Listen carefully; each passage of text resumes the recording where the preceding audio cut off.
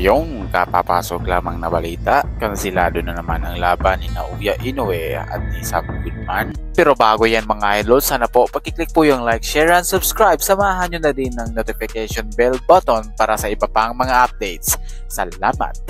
So yun na nga mga idol, kansilado na naman ang laban ni Naoya Inoue versus Sam Goodman dahil sa unang pagkakataon ay nagkaroon ng cut itong si Sam Goodman kaya na-cancel ang laban. Kaya ang sabi dito sa report ng El Caballero na dati ring nag-report ng laban ng Janriel Casimero versus Ortiz, ang sabi dito muli daw bumuka ang sugat na unang natamo ni Sam Goodman kaya parang imposible daw na matuloy ang laban. So ano na naman kaya ang susunod na hakbang na gagawin ni Naoya Inoue dahil habang tumatagal lalong nahahalata itong si Naoya Inoue ng mga boxing fans kaya dapat na niya itong aksyonan kung lalabanan na ba niya si Murodjon Akhmadaliev o kung patuloy na lang itong iiwasan at panigurado i-call out na naman ito ni Janriel Casimero at ni Akhmadaliev. Pero ang nasa pinakamalapit na katotohanan ay itong si Carl James Martin dahil si Carl James Martin ay pangalawa sa WBO at hawak din ito ni Sean Gibbons at alam naman natin na walang balag si Naoya Inoue na labanan itong si Akhmadaliev sa kadahilan ng natalo na ito ng kanyang tinalo na si ating kababayan Marlon Tapales. Pero kung ako ang nasa kalagayan ni Naoya Inoue ay wag muna akong rumikta sa number 2, tune up muna ako sa nakarank number 7. Opo, mag-tune up muna siya kay Janriel Casimero. So kayo mga par, kung kayo ang tatanungin,